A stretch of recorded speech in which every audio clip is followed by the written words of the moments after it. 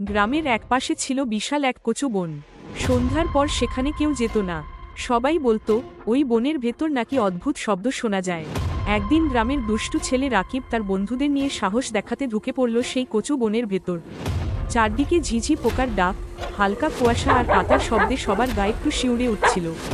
হঠাৎ ঝোপঝাড় ভেদ করে একটা কালো কুকুর দৌড়ে বের হয়ে এল। কুকুরটার অবস্থা এমন যেন পেছনে ভূত লেগেছে। রাকিব ভয়ে চিৎকার করে বলল, এই কুকুরটা এমন দৌড়াচ্ছে কেন রে?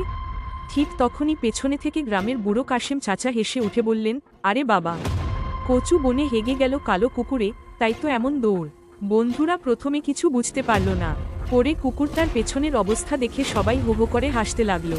হাসির শব্দে যেন পুরো কচু বন কেঁপে উঠল।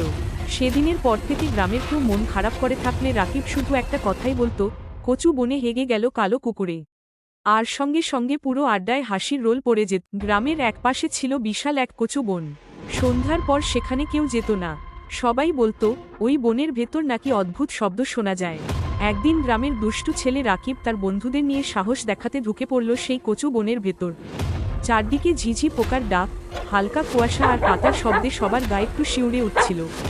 হঠাৎ ঝোপঝাড় ভেদ করে একটা কালো কুকুর দৌড়ে বের হয়ে এল।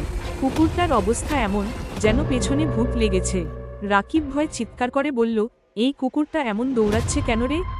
ঠিক তখনই পেছনে থেকে গ্রামের বুড়ো কাশেম চাচা হেসে উঠে বললেন, আরে বাবা, কচু বনে হেগে গেল কালো কুকুরে, তাই তো এমন দৌড়। বন্ধুরা প্রথমে কিছু বুঝতে পারল না। পরে কুকুরটার পেছনের অবস্থা দেখে সবাই হো হো করে হাসতে লাগলো। হাসির শব্দে যেন পুরো কচু বন কেঁপে উঠল। সেদিনের পর থেকে গ্রামের কেউ মন খারাপ করে থাকলে রাকিব শুধু একটা কথাই বলতো, কচু বনে হেগে গেল কালো কুকুরে। আর সঙ্গে সঙ্গে পুরো আড্ডায় হাসির রোল পড়ে যেত। গ্রামের একপাশে ছিল বিশাল এক কচু বন। সন্ধ্যার পর সেখানে কেউ যেত না।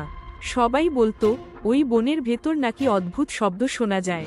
একদিন গ্রামের দুষ্টু ছেলে রাকিব তার বন্ধুদের নিয়ে সাহস দেখাতে ঢুকে পড়ল সেই কচু বনের ভেতর।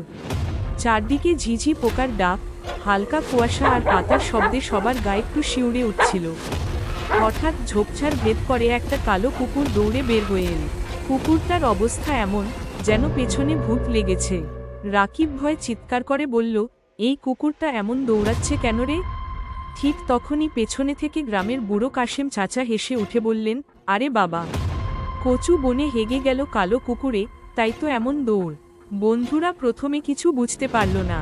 পরে কুকুরটার পেছনের অবস্থা দেখে সবাই হো হো করে হাসতে লাগলো। হাসির শব্দে যেন পুরো কচু বন কেঁপে উঠল। সেদিনের পর থেকে গ্রামের কেউ মন খারাপ করে থাকলে রাকিব শুধু একটা কথাই বলতো, কচু বনে হেগে গেল কালো কুকুরে। আর সঙ্গে সঙ্গে পুরো আড্ডায় হাসির রোল পড়ে যেত।